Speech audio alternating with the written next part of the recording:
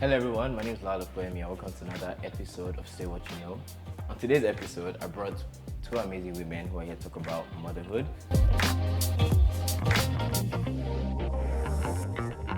One of them is my sister-in-law who I love so much and I'm so happy she came here. And the second person is our best friend and they're both mothers. So they came here to talk about like being a mother and the experience of being a mother. I'll let them introduce themselves, don't want to talk too much. So on my left I have Adatola, Sandras, Sonny Thomas. Adatola. That's my sister-in-law, guys. She's married. And on my right, we have Wala Shadi Adeleke. she. Hello. Yeah, Adeleke for me. But yeah, thank you guys for coming, and you guys look Our super pleasure. amazing. Thank you for I having feel us. like you guys are complimenting us. Yes. And I'm the black one in the middle. Yeah, it looks perfect. Yeah, and yeah, on my I start my episode with always asking my guest, what does love mean? Yeah, so I'm gonna ask for Lashadi. You put me on the spot. Why? Yeah. Yes, okay, sure. What does love mean to you, personally? When I think of love, I think of family. I think of my children. And most importantly, love is God and everything like we're doing, me breathing, me alive, the grace He's given me and the faith. And it's just like, He loved me so much, like He thought of little me, like in every little way. And so that's what I think of love. I think about my family and I think of God. That's good. that's love. Sandra, what does love mean to you? Love to me is an energy. Love is, like she said, in everything. And love is God. God is love. Family, self-love, just love for life. I think love is the positive energy of everything in life. Yeah. That's sweet. I know that's a bit deep. Yeah, No, it's awesome. I love it. Let's get it. And I feel like I learn about love, like I learn different people's perspective about love every time Yeah. I ask, and that's sweet. I'll Yeah, let that's another one awesome. again today. Yeah, and so yeah, let me start with Shadi. Shadi, I'm going to start with you, look, Oh, because good, you I need to talk like see. this. But yeah, what's your mother journey? Like, what's the journey? What's your journey of you being a mother, like motherhood journey? Okay, so Exactly. I'm 31 years old. I've been a mother for 15 years. I have a 15-year-old, and I have 3 children. Okay. It's been a long time coming. Motherhood is a journey of self-discovery for me because I was such a young child. Like I was a young, what was I? A teenager at the time when I got pregnant. I was 16 years old when I got pregnant. And it was a big culture shift for me at the time as well. So I moved from Nigeria to America. And anyway, long story short, I was pregnant at 16 and had my child at such a young age. And I went through so many different like obstacles. And so what was the question again? What was motherhood? Yeah, like what's your motherhood journey? Yeah, so it No started pressure. from, it started from me being a young girl to now being a grown woman. And there's a lot of different things that I went through that I see like how I would handle differently as a mother now than I would back then. Yeah. So it was a long journey of self-discovery, like I said, and understanding that nobody can shame me if I know who I am. And so it was learning who I am in that whole process, because imagine being a young child and raising a child. Yeah. We grew up together. Yeah. And then to transition from that to being an adult and having a child, it's 2 different ball games. But I realized that God prepared me for everything that I went through. And so that's motherhood. It's a huge journey, but it made me who I am today. A beautiful queen. Exactly. that you are I today. wouldn't want that for my children, what I went through, but I had to understand like that's what God had for me. Even though it wasn't, nobody would glorify it. People shamed me, but my son, I look at him, I'm like, wow, straight A student. Yeah. Great in football, he's an athlete, and I'm just like, God, this is the child you gave me, regardless of the circumstances. Yeah. And so At that huge time, it was dark, Yeah, but- very dark at that Yeah. time. So yeah, I think I summed it up. I feel like there's a lot of inside. There's a lot of layers, Yeah, of course. there There's is. lots of layers. There is, but I don't want to just leave Sandra true. So yeah, so Sandra, I know your story, so but like my people don't know, and you're a mother of 2. Yes, 2 Exactly. boys. So how's that journey like for you? What has it been like, or Yeah. what was the journey?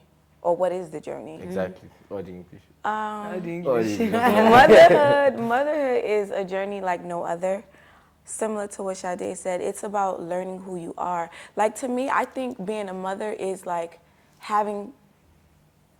being taught life from a whole nother different perspective. Like, before I was a mother, I saw the world one way. And then I became a mother, and then I gained a new definition of what life really meant. So I always say my children are my greatest teachers. Like, I feel like God made me a mom to learn and then to pour into people what I'm learning. And it's really about love. Again, everything stems from love. So motherhood it's the most rewarding but most challenging, because it's like it's a continuous growth cycle of like learning lessons, failure, growth, like it's just it's a lot, but I'm grateful for it. Good. Yes. Yeah. My brother's doing a good job. Okay, cool. So yeah, I mean, I was gonna ask Sade, because I have one of my best cousins, Dami. That's my best cousin, and Dami had a child at 21, 22 years. Yeah. I spoke about it on the previous episode how I was not there, but I've already apologized on that. And I mean, that's a 21, 22 years old girl that had it rough. Like, obviously she had like the shame part, because she didn't even tell me throughout. Like, I was FaceTiming my cousin every time, and I didn't know she was pregnant for 9 months. Wow. I didn't know. I just knew I knew she was adding weight. That's my cousin. I'm not gonna ask why you. I just let it pass. And and I know she had like shame in there. She had. I mean, she's still trying to like figure it out till now. So how old is she? She's probably like 27 now. Yeah. Yeah. So, and you having yours at 16. I can't imagine, because I mean, you've not even grown. And we're even still growing, do you understand? So that's why I'm trying to, like, if you're allowed to. You want to share. process? Yeah, of course. Yeah. I always tell people, whatever I go through is my testimony, and God had to give me, I think, some type of supernatural power to hold my head high and not to be shamed, especially if coming from a well-known family. Of course, I was at first came fear. Yeah. Then came shame, regret, then neglect. Sorry, I'll probably cry. Yes.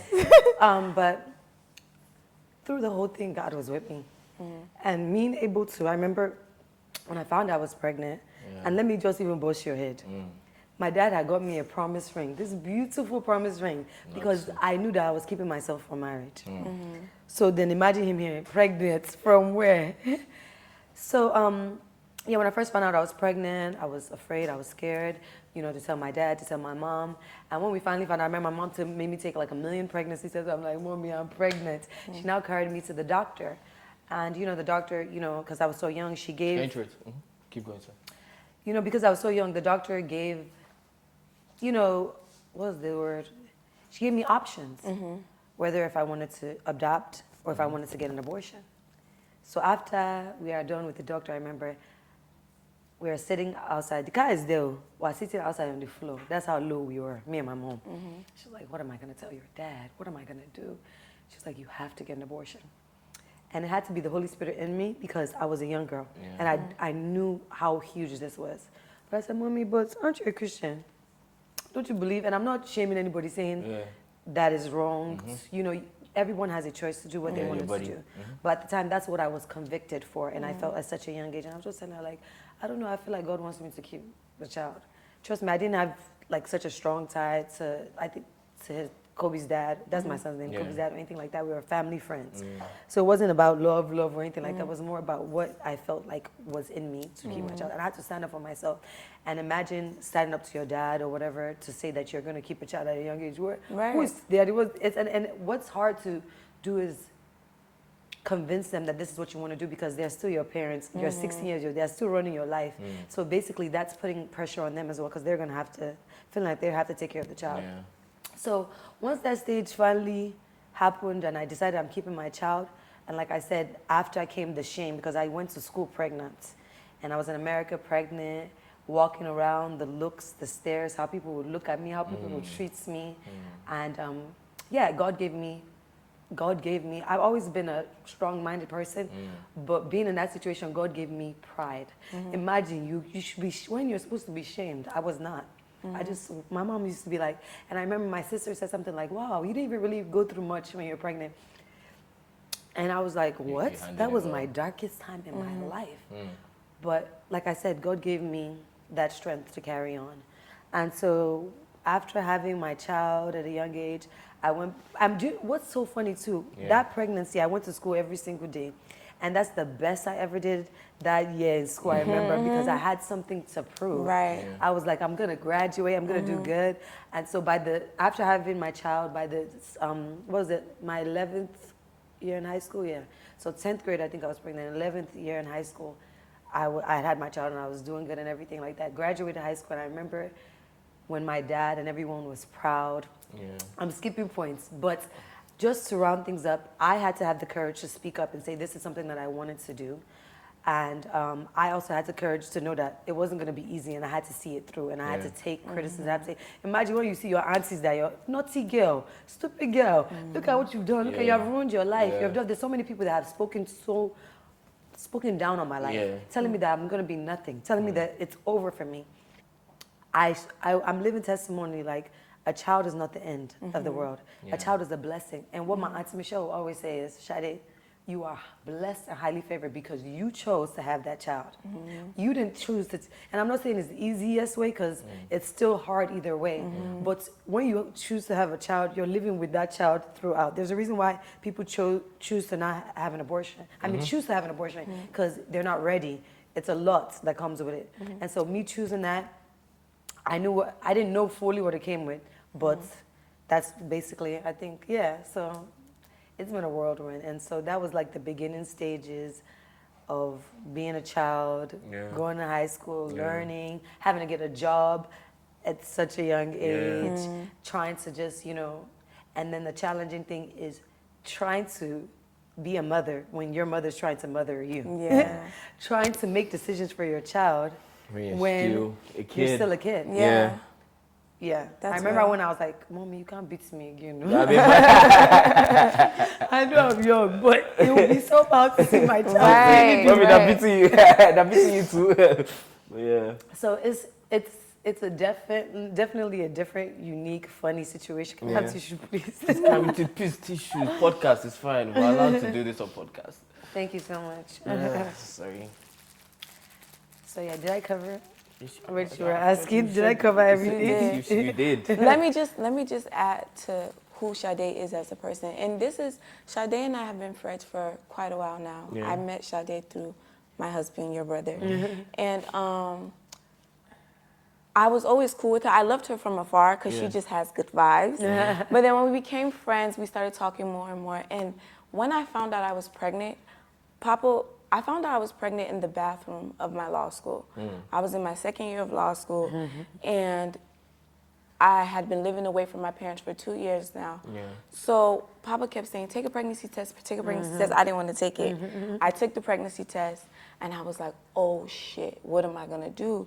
Because law school was one of the hardest times of my life. It was very, very, very challenging. And to add pregnancy to it, it was just like, what am I gonna do?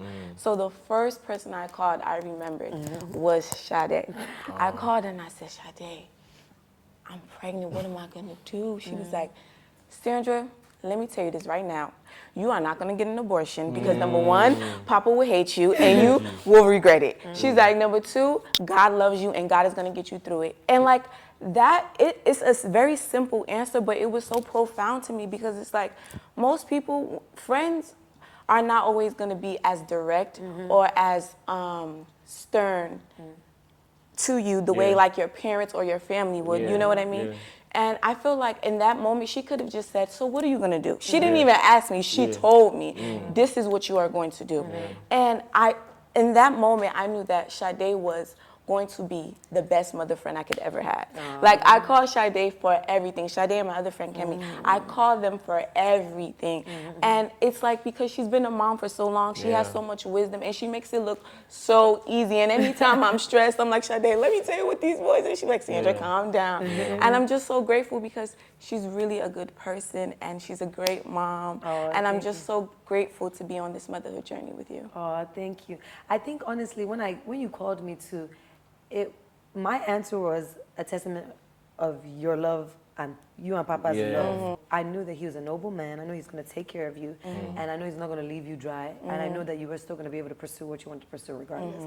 I wouldn't advise you any other way if I didn't think it was the best thing or the best outcome. And I wanted to see my nephew. I don't think I was. Oh my God, I'm just smiling. I'm just even smiling. But yeah, man. Shout out to Papa. and thank God for friendship. Thank God for. I mean, I don't know if I need friends. I don't know if it's a general thing that we need friends, because I feel like people need people. We do. Yes. And I feel like if you ever have someone to talk to, you should be grateful for that. Right. Do you understand? Exactly. And I'm grateful you guys had each other. Yeah. Do you understand? And I'm grateful, Shade, for wanting to like share your story and like give people the power that, I mean, you did it, and Thank you so you much. guys too can also do it. So yeah, that's so cool. Yeah. And so yeah, now you have other. Do you have I do two? have 3 kids, but I wanted to say something because you said something like, like sharing to give people the power to do it as well. Also, I want to really, be there for young women to know like sex education, preventative methods, so you don't have to go through that, so you can wait, because it is also important to have a partner. It is also important. That's why God has a plan for us. He wants us to be married. He wants us to be set well, because it's not easy. And so I want that to be prevented as well. I don't want kids to have to go through that, because children shouldn't have to raise children. So I don't want to seem like I'm advocating for children to go and get pregnant. So no, go and read your book. And it's just a lack of, sometimes education Support. or understanding, or being afraid to speak up or ask questions and know what is what. So it's not like, but yes, if you happen to be in that situation, I want you to know that whatever route you take, you can go through with it, especially if you want to keep your child. It's possible. It's not the end of the world. Yes. You're such a strong woman. Thank you so That's much. cool. I mean, my mom raised 3. I mean, I have 2 other siblings, and my mom raised like 3 of us alone. And I mean, her journey is different. My mom didn't have me till she was 40. Wow. And I mean, I didn't get to see my dad till I was like, what, 16, 17. So, and someone asked me recently, like, what does your mom mean to you? I can't even answer that question here. But that's heavy. And she was everything. She was daddy. She was softy. She was strong. She was All in one. She was all in one. Do you understand? And I pray a lot of women can be that strong for their kids, because I feel like that's what shapes the men. Do you understand? That's what has shaped my brother to be a very good husband. Yes. Exactly. You're proud now.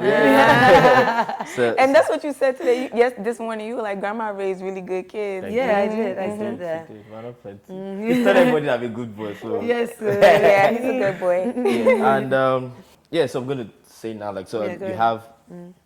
have 2 other I have ones? 3. Yeah, Oh you yeah, have 3 2 kids, other ones. yeah. So all in total, I have 3 children. Yeah, I have 2 boys and a girl. Fair enough. And Sandra, so you got pregnant in law school. In law school. Yeah, and you have 2 boys now? I have 2 boys, 5 and 3. Okay. Yeah. So how's that journey for you? Because I know your husband was living in America and he was like in Lagos. Yeah, so my journey is very peculiar. So when Papa and I met, we were in a long distance relationship. And then in November 2017, he proposed to me, and I was in my 2nd year of law school. So we were engaged when I found out that I was pregnant, and I was 25. I was scared to have Yazid, my first child, because I thought that if I got pregnant, it would be very hard for me to finish law school. And that's something that was in the back of my mind the entire time while I was in school. Like, don't get pregnant, don't make any big mistakes. Because my main goal was finishing law school.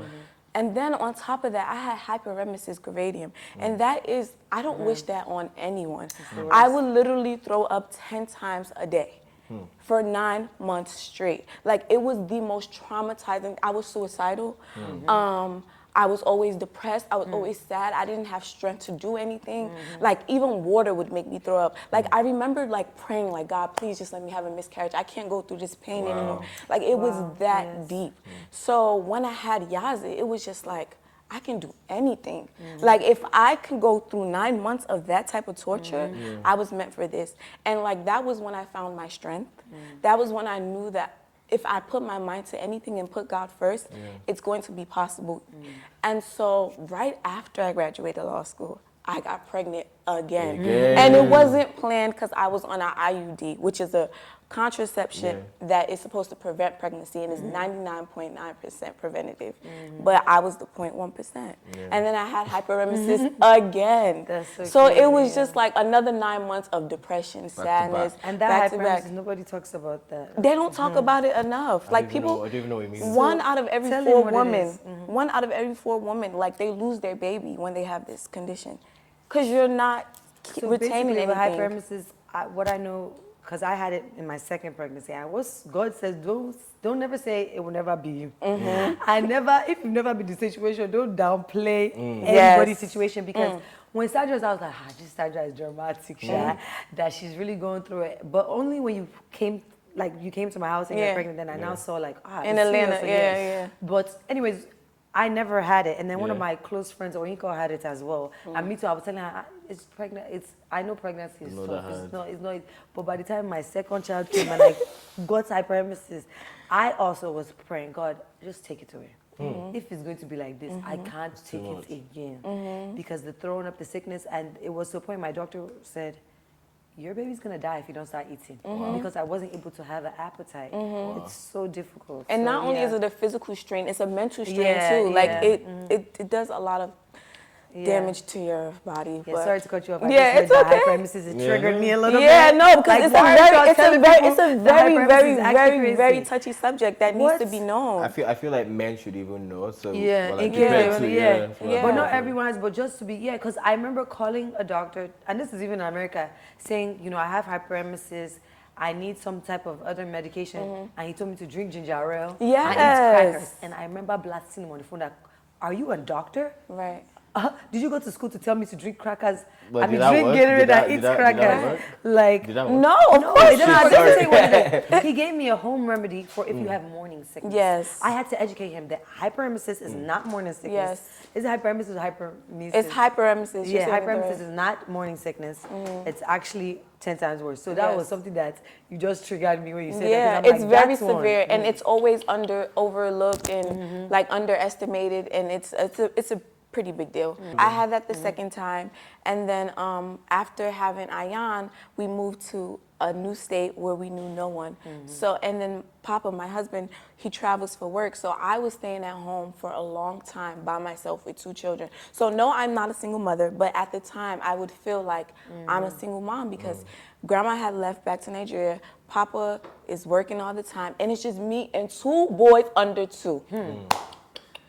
That thing really, really messed my psyche up. But it also made me stronger. It made me more patient. It made me more compassionate.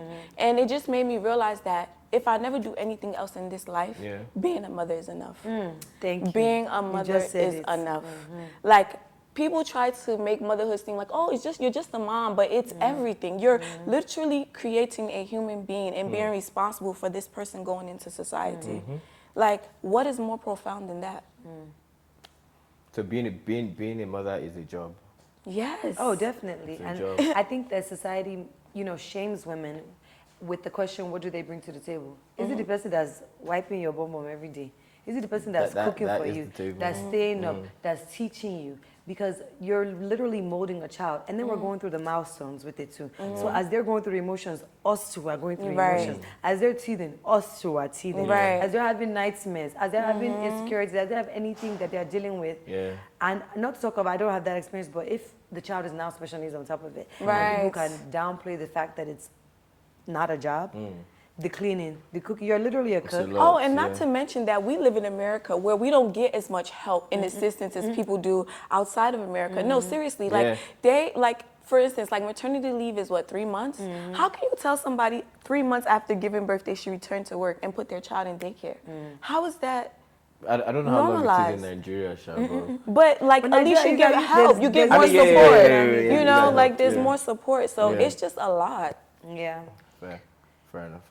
So, you guys, my podcast, I don't know. We need to figure out how many minutes, because right now I think it's 30 minutes, and this conversation is so heavy, and I feel like we can talk about it for 24 hours. Yeah, we definitely. And I really appreciate you guys coming on the pod. I'm so happy. Thank you for having us. I'm so happy. And as we're rounding this up, Falashade, what does self-care mean to you? That's a good question. a lot of things, especially as a mom. I always say that you can't pour from an empty cup. So you do have to love yourself more. You do have to take care of yourself more, because if you're frustrated and upset, the kids, it's going to show out on the kids. You're going to take it out on the kids. And so number one thing is alone time. I don't have any shame any time, but yeah, take the children, let me go and lock myself in my room, let me pray. So second thing, prayer, spending time with God. That's truly self-care. And pampering myself, making sure I'm looking good, make sure my lashes done, make sure my nails are done, make sure I at least get a massage like 2 to 3 times a month. And definitely exercising is self-care. Like You get to the gym? exercising, yes, I'm trying to be consistent, but exercising and eating healthy is self-care, because you only have one body. And I want to be here, I want longevity for my children. And speaking kind words to myself. Not talking down on myself. You know what I'm saying? I'm so, because I think I was telling you guys, I remember there was a time I was talking to my friend, I made a stupid mistake, or a silly mistake, and I was like, I'm so stupid. And my friend Levine, I love you, she was like, Shade, you're not stupid. I don't want to hear that again. And it was lit to me, because you know in Nigeria, you can be like, you're a very stupid boy, shut up, but the words matter. And talking highly of myself, like, wow, I'm such a good mom, or I'm a good friend. And that ended up pouring into my children. I'm always telling them, like, do you know you're so smart? Do you know you're so handsome? So just talking good about myself, speaking light into myself, not like Don't be negative. Yeah, not like projecting any insecurity into myself. Because as you speak negative to yourself, your children are listening. They're listening. And so those are my self-care things. Sandy, what's yours? They're very similar to Sade's. I think she's got a good amount of it. Alone time. For me, my alone time typically ends up traveling. So like I like to travel with my alone time. Prayer, definitely. For me, writing, meditating, yoga, exercise, the whole 9. I'm team health and wellness. Looking good. My mom always used to say, whatever you're going through, you should never look like it. And being a mom, everyone knows, is the hardest job in the world, but we never make it look bad. We always make it look good and easy. So another thing that I think is self-care is journaling and taking pictures, because every moment we're getting is a gift, and it won't always be here. So for me, I really like to capture the moments and like just record, take pictures, write to myself, talk about the milestones I've hit with the kids and myself as a mom or my husband, and having fun. Like having fun. That's good. I mean, mine is me to have. My own self-care, and which I just found out, like, I mean, only if I just found, but I felt it. I kind of just found out that prayer is self-care. And so mine is prayer, alone time. I'm very cautious about people I hang out with. Like people, most especially what I listen to first thing when I wake up in the morning. I don't want to hear any loud noise. Like, I'm very cautious, and please don't be negative around me early in the morning.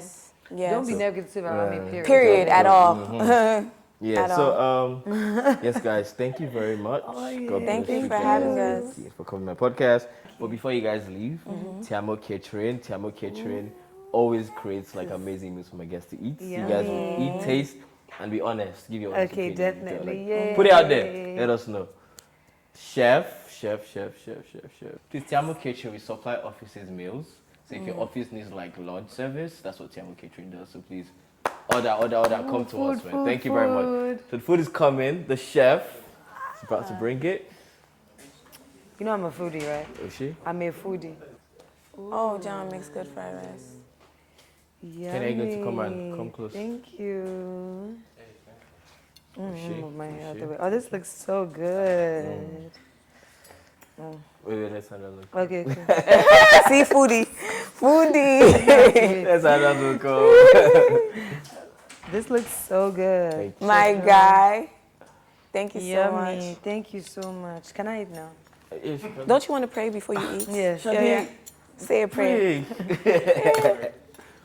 Amen. Yes, let's see. My hair alone is feeling it.